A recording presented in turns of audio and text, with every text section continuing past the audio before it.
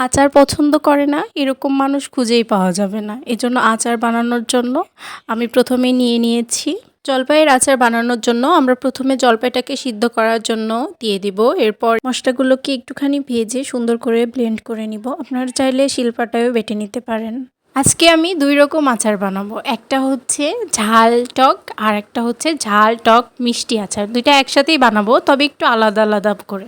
ঝালের আচার বানানোর জন্য আমরা প্রথমে কড়াইয়ে পরিমাণ মতো সরিষার তেল দিয়ে নিব। এরপর এর মধ্যে গোটা কয়েক পাঁচফোড়ন, লাল মরিচের গুঁড়া, কিছু রসুন বেটে নিয়েছি আর কিছু রসুন একটু ছোট ছোট টুকরো টুকরো করে কেটে সাথে কয়েকটা কাঁচামরিচ দিয়ে নেব।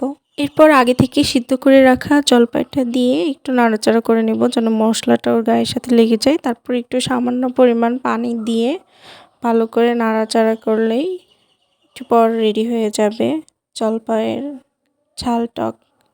নাড়াচাড়া করতে করতে পানিটা যখন একটু শুকায় আসবে তখন আগে থেকে যে ভেজে রাখা মশলাটা ছিল ওটা উপর দিয়ে ছিটিয়ে সুন্দর করে নামিয়ে নিলে রেডি হয়ে গেল আমাদের ঝাল টক আচার।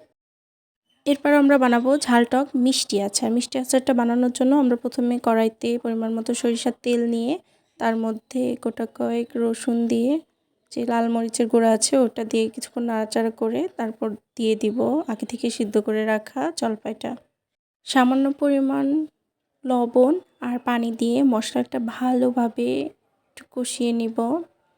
ঝালটা আপনারা আপনাদের পছন্দ মতো দিবেন, চাইলে বাড়াই দিতে পারেন আবার চাইলে কমাই দিতে পারেন। আমরা পরিমাণ মতো দিয়েছি কারণ কেউ একটু বেশি ঝাল খায় আবার কেউ একটু কম ঝাল খায়।